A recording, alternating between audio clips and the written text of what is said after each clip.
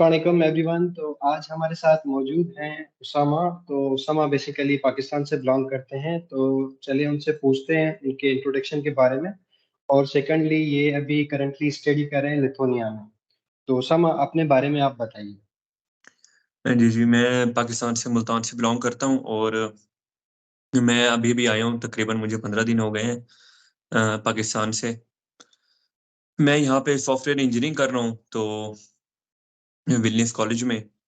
बाकी ये है कि पाकिस्तान से मैंने अप्लाई किया था, तो मैं अभी यहाँ पे आ गया हूँ, बहुत ईज़ी था काफ़ी प्रोसेस बाकी हम्म, कंट्री की निस्बत। सही। तो सबसे पहले ये बताएं कि आपने पाकिस्तान में आपने जो क्वालिफिकेशन की है और आपने वहाँ पे कोई जॉब वगैरह की है, तो जो भी आपका एक्सपीरियंस है वो पहले शेयर करें। जी, जी। असल में मैं बैचलर में आया हूँ, तो बैचलर के लिए आपको कोई इतनी क्वालिफ़िकेशंस या कह सकते हैं कि एक्सपीरियंस की ज़रूरत नहीं होती। मैंने मैट्रिक में 85 परसेंटेज थी मेरी और फिर मैंने एफएससी की है मेडिकल में, उसमें मेरी 65 थी। तो इनकी कोई रिक्वायरमेंट नहीं है ख़ास, बस आपका एडमिशन 50 हो, आपका हो जाता है एडमिशन। तो अभी जो आपने एडमिशन सिक्योर की है, तो वो बैचलर्स प्रोग्राम के लिए की है या मास्टर्स प्रोग्राम के लिए की है? जी, जी, मैंने बैचलर्स के लिए एडमिशन लिया है यहाँ पे सॉफ्टवेयर इंजीनियरिंग में। ओके। तो आपने जो इंटरमीडिएट की है, तो वो आपने किस साल में की है? आपका कोई एज गैप है या उसके बाद फिर आपने कोई और एक्टिविटी की है? जी, जी, मेरा एज गैप है मेरी 2020 में एफएससी कंप्लीट हुई थी, तकरीबन लास्ट में दिसंबर में मुझे सर्टिफ़िकेट मिला था एंड देन मैं अभी 2023 में आया हूँ इधर लिथुआनिया में। अच्छा, और इसके अलावा आपने किसी और कंट्रीज में पहले अप्लाई किया था? जी, जी, मैंने इटली में अप्लाई किया था लेकिन मैंने वहाँ पे अपॉइंटमेंट नहीं मिली थी। अ, ओह! जर्मनी का प्लान था, वहाँ पे ब्लॉक अमाउंट बहुत ज़्यादा था, तो एंड में मैंने कहा लिथुआनिया ही कर लेते हैं। तो फिर आपको जो लिथुआनिया का है वो ऑप्शन आपको मतलब क्यों कन्वीनिएंट लगा कि लिथुआनिया जो है मुझे जाना चाहिए? जी, जी, और बिल्कुल। आप आपको जो है वो फिर किसने रिकमेंड किया कि आपको लिथुआनिया की तरफ जाना चाहिए? जी। मैं असल में ग्रुप्स वगैरह में तो हर कोई होता है फेसबुक पे, तो उधर पता चल जाता है कि रेशियो काफ़ी अच्छी जा रही है और प्रोग्राम्स ही सबसे ज़्यादा जो यूरोप में प्रोग्राम है इंग्लिश लेवल पे, वो लिथुआनिया में है, बैचलर्स में, बहुत ज़्यादा प्रोग्राम है यहाँ पे। अच्छा, तो वहाँ पे आपको मतलब लिथुआनिया सीखने की ज़रूरत नहीं है, जैसे काफ़ी लोग चाइना रिकमेंड करते हैं या फिर इटली में जो मोस्टली प्रोग्राम होते हैं वो उनके नेटिव लैंग्वेज में होते हैं। बिल्कुल। तो इस as compare to those countries आप लिथुआनिया में कह रहे हैं कि वहाँ पे इंग्लिश प्रोग्राम्स काफ़ी ज़्यादा है। जी, हर यूनिवर्सिटी तकरीबन 10 to 15 मतलब प्रोग्राम ऑफ़र करती है, वो भी इंग्लिश में ही। हुँ, बहुत ज़्यादा हुँ। प्रोग्राम है बैचलर्स लेवल पे, आप म्यूज़िक फ्रॉम आर्ट्स टू आप टेक्निकल फ़ील्ड्स बहुत ज़्यादा है यहाँ पे। Okay, okay, okay. तो अभी जो आपने एडमिशन सिक्योर की है, इससे पहले आपने अप्लाई किया था लिथुआनिया में? जी, जी, मैंने 2022 में अप्लाई किया था, तो मेरा रिजेक्शन आ गई थी। उसकी वजह ये थी मेरी जो प्रीवियस कुछ एक्सपीरियंस था मतलब वो मेरा प्रोग्रामिंग में था। मैं प्रोग्रामिंग में 1 साल मैंने की थी और कुछ सर्टिफ़िकेट्स भी थे। तो उन्होंने इस पे रिजेक्शन लगा दिया कि आप ना सॉफ्टवेयर में अप्लाई करके आओ या फिर रेलेवेंट फ़ील्ड में। ओके, जी, सही। जी। तो जो फर्स्ट स्टेप में आपको जो रिजेक्शन मिली, तो वो यूनिवर्सिटी की तरफ से ही आपको रिजेक्शन मिल गई या फिर जो है काउंसलेट या एम्बेसी वालों ने रिजेक्शन लगाई? नहीं, मुझे जो रिजेक्शन हुई थी एम्बेसी की तरफ से ही। यहाँ पे यूनिवर्सिटीज़ इतना नहीं देखती, वो आपको एडमिशन तो दे देती हैं, फिर आपने एम्बेसी से डील करना होता है। Okay, okay, okay. तो इट मीन्स कि वहाँ की जो एम्बेसी या काउंसलेट है, वो काफ़ी ज़्यादा विजिलेंट है कि स्टूडेंट का जो प्रोग्राम है, वो रिलेवेंट है या नहीं, वो चेक करते हैं इस चीज़ को। बिल्कुल, एग्ज़ैक्टली। कोई निकल भी जाता है मतलब किसी का नहीं भी आता, कोई फँस भी जाता है, तो ये चीज़ आपने ना काफ़ी ध्यान से देखनी है। सही, सही, सही। तो अब हम शुरू करते हैं सबसे पहले कि ये जो आपने प्रोसेस स्टार्ट किया, ये आपने खुद किया या फिर किसी स्पॉन्सर के थ्रू किया आपने? नहीं, नहीं, मैंने सारा प्रोसेस खुद किया है, बहुत आसान प्रोसेस है। इसमें आपको सिर्फ़ यूनिवर्सिटी अपने बैचलर्स पोर्ट पे जाके यूनिवर्सिटी ढूँढनी है या फिर स्टडी इन लिथुआनिया वेबसाइट है, आपने यूनिवर्सिटी देखनी है। मैं कुछ नाम भी मेंशन कर देता हूँ, विल्नियस यूनिवर्सिटी है, विल्नियस टेक यूनिवर्सिटी है, हुँ, काउनस हुँ। काउनस यूनिवर्सिटी ऑफ टेक्नोलॉजी है। ये कुछ हैं, आप उसमें एडमिशन ले सकते हैं, बहुत ईज़िली आपको एडमिशन मिल जाता है। हुँ, हुँ। €100 एप्लीकेशन फीस होती है इनकी। और ये जो सारी यूनिवर्सिटीज़ हैं, जब ये हम एक्सप्लोर करते हैं, तो जब अप्लाई करते हैं, उस टाइम पे कोई इनकी फीस वगैरह रिक्वायर्ड है या फ्री ऑफ कॉस्ट है? नहीं, नहीं, जब हम अप्लाई करते हैं तो €100 नॉन रिफंडेबल फीस होती है इनकी एक। तो एप्लीकेशन वो पर यूनिवर्सिटी के हिसाब से होती है या फिर ओवरऑल वन टाइम ही होती है सब यूनिवर्सिटीज़ के लिए? नहीं, नहीं, एक यूनिवर्सिटी की अपनी सबकी अलग-अलग है, तो 100 होती है। तो €100 पर यूनिवर्सिटी सिर्फ पर अप्लाई करने अप्लाई की फीस है वो, एप्लीकेशन फीस। बिल्कुल, वो ओके, यूजुअली होता है कि आपको ना जिस यूनिवर्सिटी में आपने अप्लाई करना है, वो आपको एडमिशन तकरीबन दे ही देती है। सही, सही। जी, जी। और उसके अलावा जैसे आपकी एडमिशन हो जाती है, तो ये हो गया हमारा फर्स्ट स्टेप। तो सेकंड स्टेप क्या होता है? सेकंड स्टेप ये होता है कि आपने अपॉइंटमेंट बुक करनी है। अनफॉर्चुनेटली पाकिस्तान में इसकी एम्बेसी नहीं है, ना को वीएफएस ग्लोबल सेंटर है, तो आपको सेकंड कंट्री जाना पड़ता है, फॉरेन कंट्री। हुँ, इसमें हुँ। पहले नंबर पे यूएई आ जाता है, वहाँ पे आप जा सकते हैं। सेकंड पे अज़रबैजान है, थर्ड पे तुर्की है, इजिप्ट भी हुँ, आप जा सकते हैं। तो ये कुछ हुँ। नॉर्मल कंट्रीज़ हैं, मतलब जिसे कहते हैं हम बजट फ्रेंडली आप जा सकते हैं यहाँ पे। ओके, तो वहाँ जब हम जाएँगे तो जैसे हम पाकिस्तान में फ़ाइल करते हैं, तो हम अपनी सारी स्टेटमेंट वग़ैरह सारा प्रोसेस पीकेआर में शो करते हैं। तो यहाँ पे ये क्यूरी आ रही है कि जैसे स्टूडेंट ने एडमिशन सिक्योर कर लिया, उसके बाद जब वीज़ा फ़ाइल करने जा रहा है, तो वो जो सारी आपकी ट्रांज़ैक्शन होगी वो पीकेआर में ही शो करनी है वहाँ पे, या फिर इसका कोई यूरोज़ वाला अकाउंट ओपन करना पड़ेगा, या कोई उनको इक्विवेलेंट का सर्टिफ़िकेट देना पड़ेगा कि ये इतने यूरोज़ इसके अकाउंट में पड़े हैं? जी, जी। असल में रिसेंटली लिथुआनिया ने अपना ना प्रोसेस चेंज कर दिया वीज़ा प्रोसेस, तो आपको ना अब डायरेक्टली टेम्परेरी रेज़िडेंस मिलती है, जो कि यूजुअली आपको 3 मंथ बाद यहाँ आने के बाद मिलती है। तो अच्छा। ये बहुत ज़्यादा बेनिफिट हो गया स्टूडेंट्स को, वो आते ही काम वगैरह कर सकते हैं, जॉब्स भी कर सकते हैं। हुँ, हुँ, हुँ। उसका प्रोसेस पहले वीज़ा का थोड़ा मुश्किल था, एम्बेसी डील करती थी, अब इनके migration department Lithuania online deal करते हैं सब कुछ। मतलब हम वीज़ा अच्छा। ऑनलाइन फाइल करते हैं वीज़ा, और ऑनलाइन इंटरव्यू होता है। हुँ, हुँ, हुँ। तो जस्ट आपको वीएफएस ग्लोबल में जाना है, फॉर एग्ज़ाम्पल यूएई में, वहाँ पे आपको फ़ाइल देनी है उनकी। फ़ाइल में कुछ भी नहीं होता, जस्ट वो जो आपने वीज़ा फॉर्म ऑनलाइन फिल किया होता है ना, वो डॉक्यूमेंट्स होते हैं। वो आपको वहाँ पे चेक करते हैं कि ये ओरिजिनल डॉक्यूमेंट्स हैं बच्चे के पास। वो फिर हुँ। आपको कहते हैं, मतलब दैट्स ओके।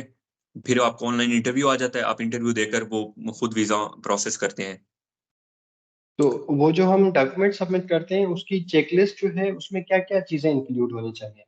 इस समय इतना कुछ भी नहीं है, वीज़ा एक हम सब डॉक्यूमेंट्स ऑनलाइन अपलोड करते हैं, बैंक स्टेटमेंट हुँ। से लेकर एजुकेशनल डॉक्यूमेंट, उनकी माइग्रेशन डिपार्टमेंट की वेबसाइट पे।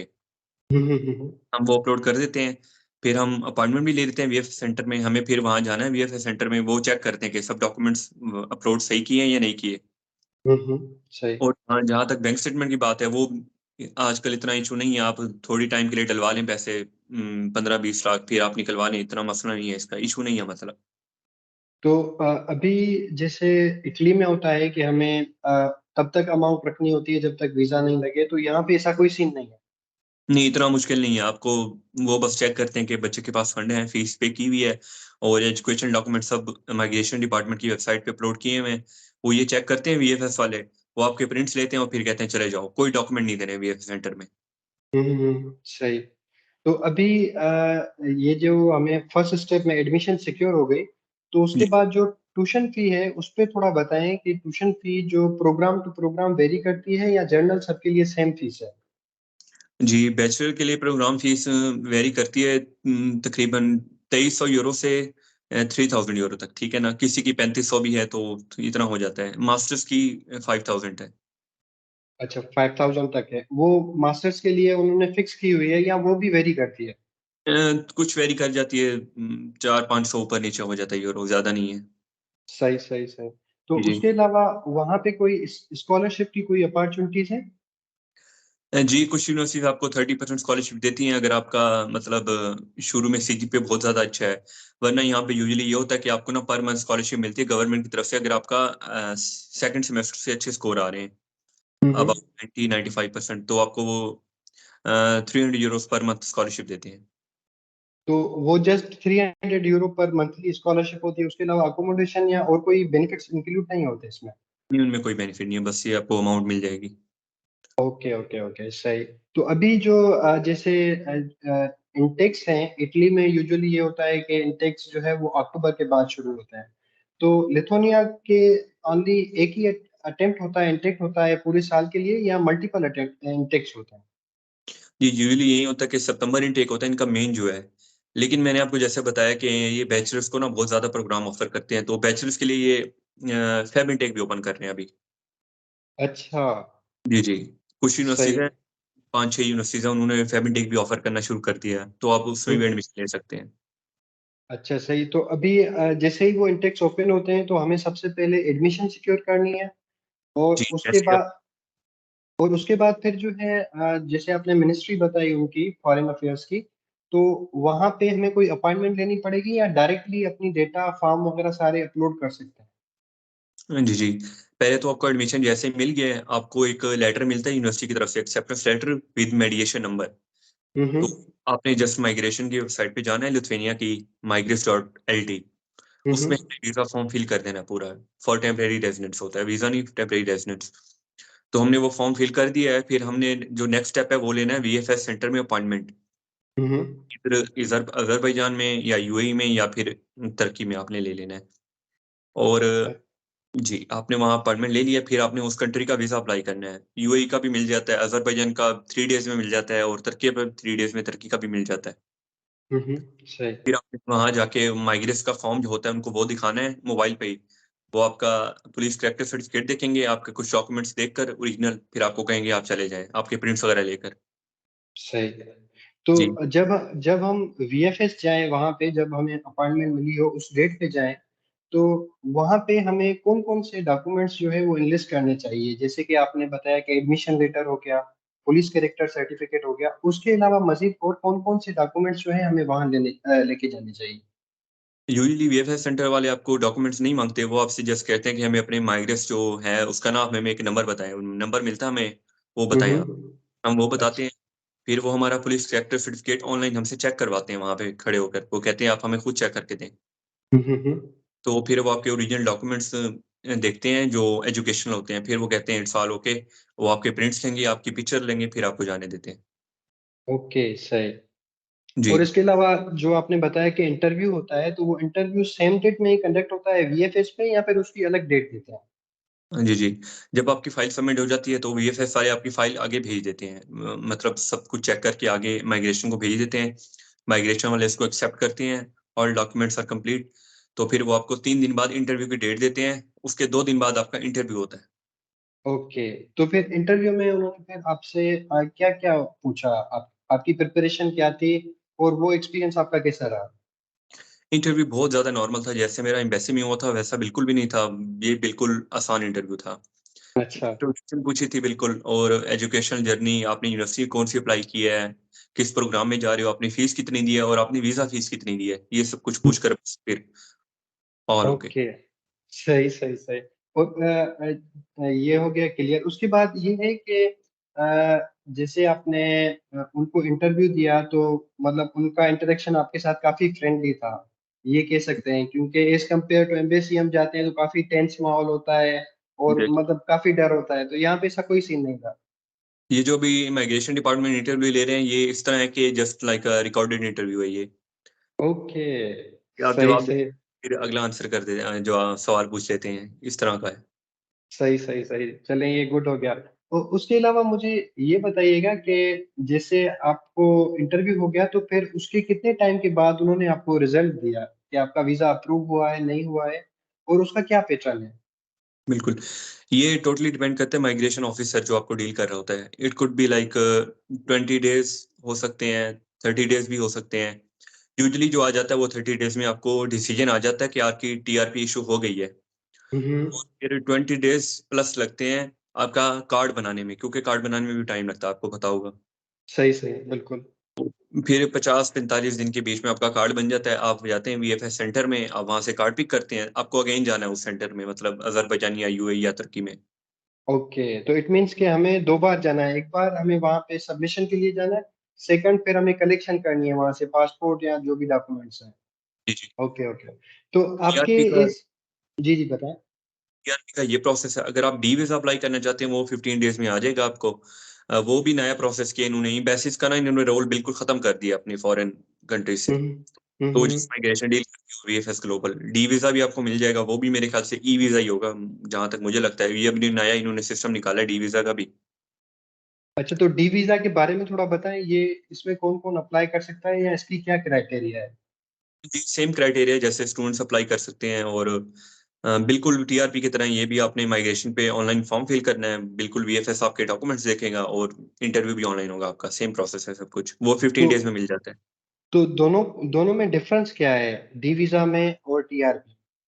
टीआरपी में यहाँ पे आप बैंक अकाउंट ओपन कर सकते हैं, आप यहाँ पे काम शुरू कर सकते हैं। डी वीजा में आपको टेम्परेरी रेजिडेंस यहाँ के दोबारा लेनी है।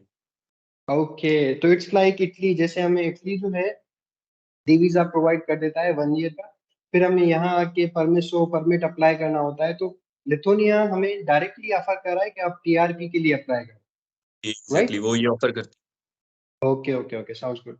तो आपके सारे प्रोसेस में कोई ऐसे केसेस आपको मिले हैं या फिर ग्रुप के थ्रू जिनके साथ आपकी इंटरेक्शन हुई हो या लिथुनिया में, जिनका एज गैप 10 साल हो, 8 साल हो, और उन्होंने ऑलरेडी मास्टर्स किया हुआ है लेकिन उनकी सीजीपीए काफी अच्छी नहीं है? तो काफी जो स्टूडेंट्स हैं वो ये क्यूरी करते हैं मुझसे कि हमारी सीजीपीए 2.0 है, 2.1 है, तो क्या हम मास्टर्स के लिए अप्लाई कर सकते हैं, जबकि उनकी जो इंटरमीडिएट है वहां पे उनकी सीजीपीए 85-90% भी है।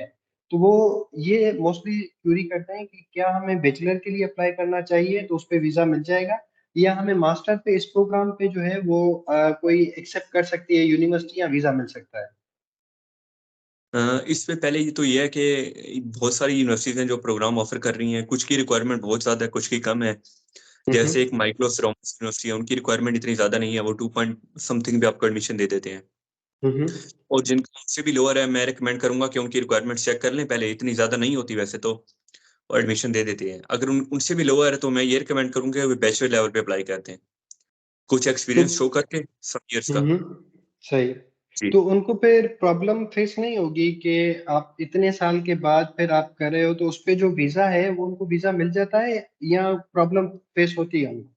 नहीं, फिलहाल तो ऐसा कोई प्रॉब्लम नहीं है। मैंने काफी लोग देखे हैं 30+ एज, और अभी तो मेरा दोस्त एक अपने चाचू को बुला रहा है बैचलर लेवल पे, तो it's not a big problem. Okay okay, तो इट मीन्स कि जो लिथुनिया है वो काफी ओपनली है, वो सबको एक्सेप्ट कर रही है। अभी तो बहुत 100% रेशियो है, 110% रेशियो जा रही है टीआरपी की।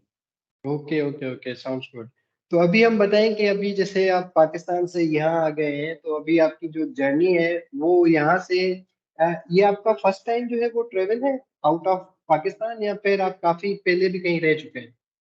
नहीं नहीं, मेरा फर्स्ट टाइम था। मैं मतलब वही था, पिछले साल मैं अजरबैजान गया था डी वीजा अप्लाई करने, मेरा रिजेक्ट हो गया था, तो मैंने इस साल दोबारा हिम्मत पकड़ी, मैंने कहा दोबारा अप्लाई करते हैं।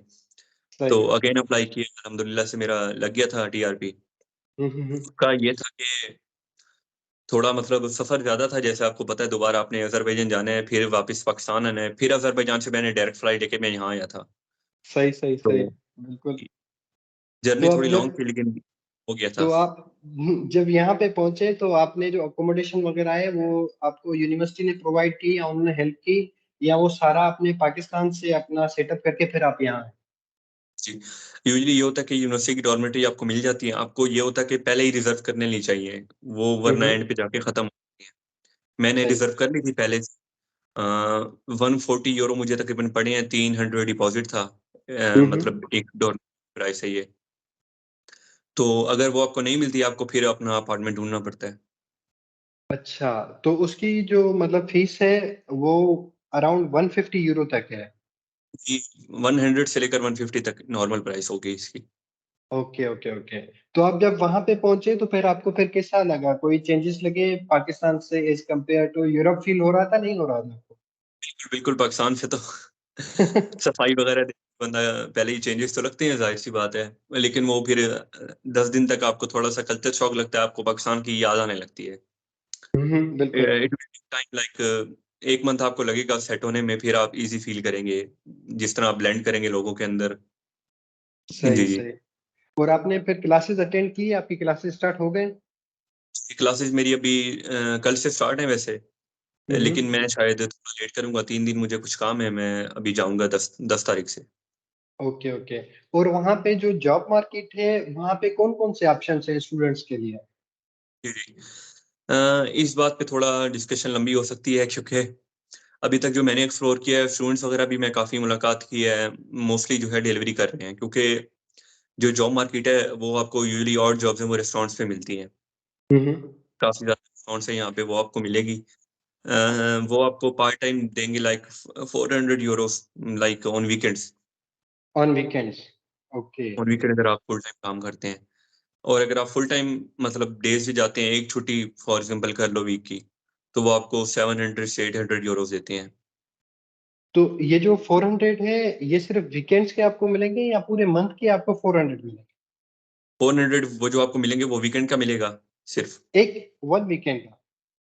वन वीकेंड नहीं, पूरे मंथ में जो वीकेंड्स आएंगे उस पे। ओके ओके, मतलब टोटल आप महीने में 8 दिन काम करेंगे जी। और आपको 400 मिलेंगे, और कितने 400, घंटे काम करने पड़ेंगे? 8 to 10 आवर्स आपको मिलेंगे वीकेंड्स पे। ओके ओके ओके, और सेकंड ऑप्शन कौन से? सेकंड ऑप्शन ये है कि आप उस पे कर सकते हैं, फुल टाइम काम कर सकते हैं, यहाँ पे अलाउड है आपको फुल टाइम, कोई रिस्ट्रिक्शंस नहीं है यहाँ पे। उसके आपको अराउंड 700-800 मिलते हैं। कुछ आपको 1000 भी दे देते हैं, मत दैट्स लिमिट 1000।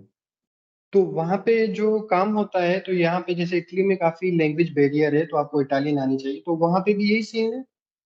ये बहुत अच्छी बात है कि 95% 90% लोग इंग्लिश बोल देते हैं, काफी ज्यादा अच्छी। ओके जी जी। ओके, तो आपको ये प्रॉब्लम फेस नहीं करनी पड़ती, मतलब आप किसी से भी कम्युनिकेट इजीली कर सकते हैं? जी जी, उनको पहले पता चल जाता है फॉरेनर है, वो आपसे पहले इंग्लिश बोलने लग जाते हैं। ओके। और वहाँ के कुछ कल्चर का हमें बताइएगा कि वहाँ का कल्चर कैसे है, लोग कैसे हैं? लोग बहुत फ्रेंडली है, क्योंकि यहाँ टूरिज्म इतना नहीं है, तो वो शॉक हो जाते हैं कि ये बंदा कौन आया हुआ है, आपको देसी कम मिलेंगे। तो सही। जी, जो अभी मुझे कंप्लेन नजर आई है वो एक तो सर्दी की है, जो कि अभी बहुत ज्यादा, आपको पता है स्नो होने वाली है, अगर किसी को स्नो पसंद है वो तो आ सकता है यहाँ पे बेशक। सही सही। लेकिन 5 months to 4 months यहाँ पे बहुत ज्यादा स्नो होने वाली है अभी। ओके। सेकंड। जी जी। हम्म। और वो जो लोग हैं आपको, तो जब आपको देखते हैं, आपके साथ इंटरेक्शन करते हैं, या फिर वो इग्नोर करते हैं, या उनका बिहेवियर जो है वो कैसा होता है? थोड़े कंजर्वेटिव लोग हैं, लेकिन जब आप इनसे कुछ पूछते हैं तो वो इतना हेल्पफुल होते हैं कि आपको ना वो साथ चल पड़ता है कि हम आपको दिखाते हैं कैसे होता है। इतना मतलब हेल्पफुल हम्म। लोग हैं अभी। ओके। और वहाँ की जो ट्रांसपोर्टेशन सिस्टम है, तो उस पे वो सारी जो कम्युनिकेशन है वो अपनी लैंग्वेज में होती है या इंग्लिश में होती है? जी, वो इंग्लिश में भी है, इनकी अपनी लैंग्वेज में भी है, दोनों में होती है वो। दोनों में होती है, ओके ओके। और जो टिकटिंग प्रोसेस है, वो कैसे होता है? वो आपके लिए कुछ डिफिकल्ट, वहां पे आपको फेस हुई डिफिकल्टीज, या काफी इजी था टिकट लेना, ट्रेवल करना, या मैप को फाइंड करना, ये सारा एक्सपीरियंस कैसा रहा? बहुत जबरदस्त है, कन्वीनियंट सिस्टम है। इधर मैं आया हूँ, तो मतलब उनकी एक एप्लीकेशन है, उस पे मैंने स्टूडेंट डिस्काउंट अप्लाई करके मैंने टिकट ले ली 5 यूरो पर मंथ पे। हम्म। तो चेकिंग बिल्कुल नहीं होती, जैसे यूरोप में आपको पता ही होगा, आप बस में जाके बैठ जाएं, कोई चेक करने वाला नहीं है, आप अपने रूट्स पे जा रहे हैं, एप्लीकेशन पे हम्म। सब आ जाता है कि ये बस कहाँ जा रही है, कितने बजे जा रही है। हम्म। बहुत ईजी। ओके, तो स्टूडेंट डिस्काउंट में वो आपको जस्ट 5 यूरो में मिल रहा है कंप्लीट वन मंथ का पास? हाँ, इट्स वेरी चीप। यहाँ बिल्कुल। पे तो यहाँ पे तो ये है कि आप 1 घंटे का जो है ना, वो तकरीबन 2 यूरो पे करते हो बस की। हम्म। यहाँ पे 1 यूरो, अगर आपने वैसे नॉर्मल आप हैं कोई एक मतलब टूरिज्म वाइज आए हुए हैं आप, तो 1 यूरो का 24 आवर्स के लिए आपको टिकट मिल जाता है। हाँ, okay okay okay, sounds really good. और जो आपने बताया कि वहाँ पे काफी स्टूडेंट्स जो हैं वो डिलीवरी काम करते हैं, तो उनसे आपने पूछा कि वो एस्टिमेटली मंथली कितना कमाते हैं वहाँ पे? जी जी। इट डिपेंड्स कि आप कितना काम करते हैं स्टूडेंट्स, क्योंकि यहाँ पे लिमिट नहीं है, कोई तो 10-10 घंटे भी करते हैं। अब हम्म। ये मैं आपको बताता हूँ किस तरह होता है। कुछ स्टूडेंट्स करते हैं साइकिल पे काम। हम्म। तो एक एप्लीकेशन है यहाँ पे बोल्ट, उस पे आपको 2.5 यूरोस to 3 यूरोस पर डिलीवरी मिल जाते हैं। ओके तो वो अगर 10 घंटे भी काम करते हैं, 50 यूरोस तक, 60 यूरोस तक वो बना लेते हैं। I am talking about manual cycle. Okay. अगर वो इलेक्ट्रिक ले लेते हैं, इलेक्ट्रिक भी यहाँ पे मिलती हैं, वो ले भी लेते हैं, रेंट पर भी मिलती हैं, वो भी ले लेते हैं। तो उस पे आप मतलब पुश करके आप 70 तक बना सकते हैं, इलेक्ट्रिक पे 70-80। सही। वो मतलब 10-12 घंटे काम करके 70-80 तक आप बना सकते हैं। तो तो मोस्ट, जी जी बताएं। उसके बाद फिर कार आ जाती है, कार पे डिलीवरी करते हैं, वो भी आपको रेंट पे मिल जाती है, आप खरीद भी सकते हैं। उस पे फिर आप मतलब अच्छा कर लेते हैं, उस पे भी 10-12 आवर्स में आप 70-80 बना सकते हैं। उस पे आपको ये है कि डिफिकल्टी नहीं होती साइकिल पे हैंडल मारने में, या मौसम खराब है इस हम्म। तरह। सही। तो ये जो स्टूडेंट्स कार पे डिलीवरी करते हैं, जैसे यहाँ इटली में, तो ये चीज है कि आपको जो है ना, इटालियन ड्राइविंग लाइसेंस या फिर यूरोपियन होना चाहिए। इंटरनेशनल को वो एक्सेप्ट नहीं करते, वो देते हैं 1 साल की वैलिडिटी। 1 साल तक आप उसको लीगलाइज करवा के उनसे इक्विवेलेंसी लेके सिर्फ 1 साल तक चला सकते हैं। तो लिथुआनिया में क्या प्रोसेस है कि आप पाकिस्तान के लाइसेंस से या किसी और कंट्री के लाइसेंस से काम कर सकते हैं? जी, जी। यहाँ पे स्टूडेंट्स पाकिस्तान से बनवा लेते हैं लाइसेंस, वो वैलिड होता है 6 मंथ के लिए, लेकिन ये लोग चेक नहीं करते। आप यूजुअली ड्राइव करते रहते हैं, 1 ईयर हो जाता है, तो वो फिर कहते हैं कि लाइसेंस एक्सपायर हो गया है एज़ कम्पेयर टू मतलब लिथुआनिया के उसमें। तो आप मतलब इसको चेंज करवाएँ या लिथुआनिया का बनवाएँ, तो स्टूडेंट्स पाकिस्तान दोबारा चक्कर लगाते हैं, वो फिर बनवा के आ जाते हैं। वो दोबारा वैलिड हो जाता है। अच्छा, सही, सही, सही। इन्होंने अच्छा काम किया है। ओह! तो इट मीन्स कि वहाँ पे इतना चेक एंड बैलेंस नहीं है इन चीज़ों का, तो मतलब काफ़ी स्टूडेंट को रिलैक्सेशंस हैं, वो काफ़ी फ़ायदा उठाते हैं वहाँ पे यूजुअली। बिल्कुल, बिल्कुल। तो इतना चेक एंड बैलेंस बिल्कुल नहीं है, ना बस पे, ना क्लासेस में भी इतना नहीं है, डिलीवरी पे भी नहीं है। लोग भी अच्छे हैं। थोड़े नेगेटिव पॉइंट्स हैं, वो ये होते हैं कि मतलब आपको ना यहाँ पे एक तो डिफिकल्टीज़ होने वाली हैं, आगे सर्दी आने वाली है। फिर आप काम नहीं कर सकेंगे। जब बर्फ होती है ना, वो कहते हैं साइकिल भी नहीं भागती उसमें, कार भी नहीं भागती, फिर इंसान कहता है ओह! करना क्या? इतनी ज़्यादा बर्फ़बारी होती है वहाँ पे? जी, जी, -20 तक चला जाता है, -10-20 रहता है तकरीबन। ओह! तो आप मतलब लिथुआनिया में रह के कनाडा का मज़ा लेते हैं वहाँ पे। कनाडा का मज़ा लेते हैं। सही, सही, सही, चलें ठीक है। तो अभी जो मतलब उनका आपका जो टीआरपी है, उसको रिन्यू करने के लिए कोई इनकी कंडीशन है कि आपको इतने पेपर्स पास करने हैं या क्या प्रोसीजर है? जी, जी। यूजुअली ये होता है कि अगर आपको क्लासेस ये टोटली डिपेंड करता है आपकी क्लासेस पे। मतलब जो ये माइग्रेशन डिपार्टमेंट है, वो आपको यूनिवर्सिटी से लिंक रहता है। हुँ, अगर हुँ। उन्होंने सच एज़ कंप्लीट कर दिया कि ये बच्चा पास नहीं कर रहा, क्लासेस नहीं ले रहा या सब्जेक्ट इतने रिक्वायर्ड हैं, वो पास नहीं कर रहा, तो प्रॉब्लम हो सकती है। क्योंकि ये टीआरपी प्रोसेस अभी नया आया है, तो मुझे नहीं लगता इसमें कोई प्रॉब्लम है। कुछ लड़के हैं, उन्होंने मतलब 2 सब्जेक्ट पास किए होंगे, तो वो टीआरपी रिन्यू करवा के बैठे हुए हैं। इतना मसला हुँ, नहीं है हुँ। इधर। Okay, okay. जी। और कोई पॉसिबिलिटी है कि आप स्टूडेंट से वर्क परमिट कन्वर्ट कराएँ? जी, करवा सकते हैं। यहाँ पे कुछ लॉयर्स वगैरह हैं, वो आपको मतलब कर देते हैं प्रोसेस इस चीज़ में, कुछ पैसे वगैरह ले लेते हैं। हुँ, हुँ। जहाँ तक जॉब मार्केट की बात है, आपको जॉब भी मिल जाती है, लेकिन उसके लिए मेरे ख्याल से एक रिक्वायरमेंट है, बैचलर्स डिग्री आपकी होनी चाहिए। ओके, ओके, ओके, सही है। और वहाँ पे आपने कोई मस्जिद वगैरह देखी जैसे आपको नमाज़ वगैरह पढ़नी हो तो वहाँ पे ये चीज़ें अवेलेबल हैं? हमारे सेंटर में विलियस सिटी में ना एक बड़ी मस्जिद है, तो वहाँ पे नमाज़ वगैरह पढ़ सकते हैं। Okay, okay, okay. तो इट मीन्स के ओवरऑल आपकी जो जर्नी रही है वो काफ़ी अच्छी रही है और मैं होप करता हूँ कि आप यहाँ से भी काफ़ी ज़्यादा अपॉर्च्युनिटीज़ को एक्सप्लोर करेंगे।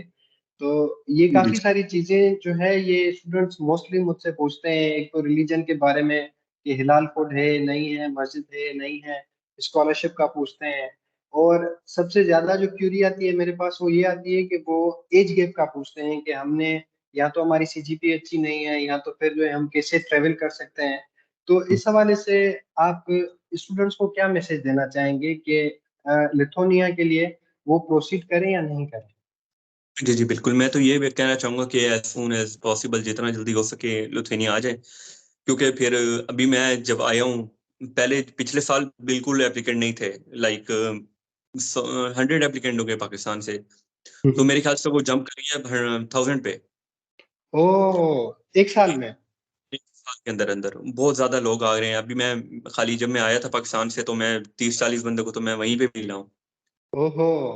तो इसमें ये है कि स अभी वीज़ा रेशो भी बहुत अच्छी है और आप इज़िली आ भी सकते हैं। और सेकंड मैं ये कहना चाहूँगा, अगर लिथुआनिया आना है तो कुछ प्रिपरेशन करके आएँ।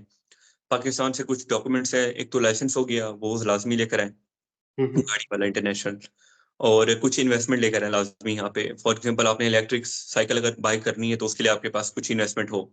हुँ, हुँ। सही। तो बहुत ईज़ी हो जाएगा आपके लिए, मतलब आप 40-50 तो दिन के बना ही लेंगे आप ईज़िली। यहाँ पे हुँ, अकोमोडेशन और फूड एक्सपेंसेस बिल्कुल इतने नहीं हैं, मतलब ग्रोसरीज़ नॉर्मल है जैसे पाकिस्तान में थी वैसे ही हैं, और डॉर्मिटरी आपको पता है 100 और 40 के बीच में आपको मिल जाती है। बिल्कुल, बिल्कुल फ्री है क्योंकि एज़ कम्पेयर टू अगर आप इटली जाएँ, तो मैंने ये चीज़ देखी है, एक तो वहाँ पे वीज़ा का बहुत ज़्यादा प्रॉब्लम है। सेकंडली यहाँ पे अगर कोई स्टूडेंट्स आ भी जाते हैं, तो इतनी अपॉर्च्युनिटीज़ नहीं है। काफ़ी लोगों के ज़हन में ये होता है कि इटली में लैंड ऑफ अपॉर्च्युनिटीज़ है, ये है, वो है। तो अगर यहाँ पे जो भी आना चाहता है, तो मैं उनको यही रिकमेंड करता हूँ कि आप वहाँ से या तो इटालियन सीख के आएँ, क्योंकि यहाँ पे इंग्लिश को बिल्कुल डिसलाइक करते हैं। हुँ, तो ये हुँ। चीज़ें काफ़ी है और सेकंडली आपने जो अकोमोडेशन बताई है, यहाँ पे तो बहुत मुश्किल है। कम से कम आपको एक रूम चाहिए तो 300-350 यूरो जो है पर मंथ आपको पे करने पड़ेंगे। तो ये सारी काफ़ी चीज़ों के हिसाब से मैं समझता हूँ कि लिथुआनिया काफ़ी बजट फ्रेंडली है। बिल्कुल बजट फ्रेंडली है, थोड़े वेजेस कम है, लेकिन अगर आप मैं कार पे डिलीवरी करते हैं इलेक्ट्रिक बाइक पे तो you will eventually touch that. सही सही सही।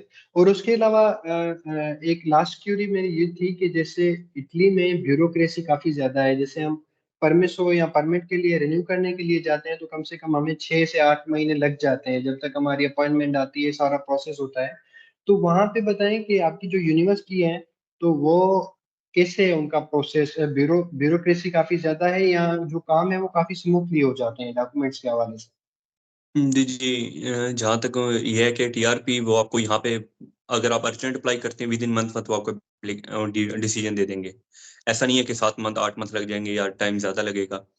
तो अगर आप नॉर्मल अप्लाई करते हैं वो आपको 2.5 मंथ्स में आपको टीआरपी रिन्यूअल मिल जाता है। जहाँ तक यूनिवर्सिटी की बात है वो बहुत चिल है, आप जब भी उनको बोलें कि मैंने रिटेक देना है, मैंने ये काम करना है, मैंने वो काम करना है, वो आपको उसी में टाइमलाइन बना के दे देते हैं कि आप इस टाइम में कर सकते हैं। ओके।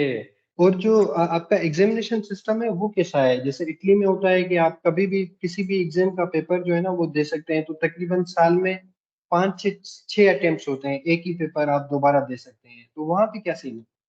जी, इधर भी ऐसा है कि आप 2 अटेम्प्ट तो दे सकते हैं, अगर आप मतलब उसको नहीं दे सके साल के अंदर-अंदर, थर्ड अटेम्प्ट जो होती है वो फिर पेड होती है, लाइक 40-50 यूरो आप पे करके अटेम्प्ट दे सकते हैं आप।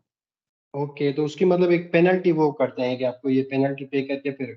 Okay okay okay. जी, जी। चलें, काफी अच्छा लगा। थैंक यू सो मच, आपने टाइम दिया। और ये जो जर्नी है काफी स्टूडेंट्स के लिए, I am confirm, I am sure कि ये काफी हेल्पफुल होगी। तो इस इंशाल्लाह, हवाले से अगर कोई आपसे कांटेक्ट करना चाहे तो I will mention your ID on Facebook, तो मे बी कुछ स्टूडेंट्स आपसे कांटेक्ट कर सकते हैं। इंशाल्लाह ज़रूर कॉन्टैक्ट कर सकते हैं। बहुत-बहुत शुक्रिया समीम भाई, आपने भी हमें अपॉर्च्युनिटी दी, आपके साथ काफ़ी अच्छा लगा माशाल्लाह से। Thank you, thank you, thank thank you so much. Okay, okay. Allah okay okay, Allah Hafiz.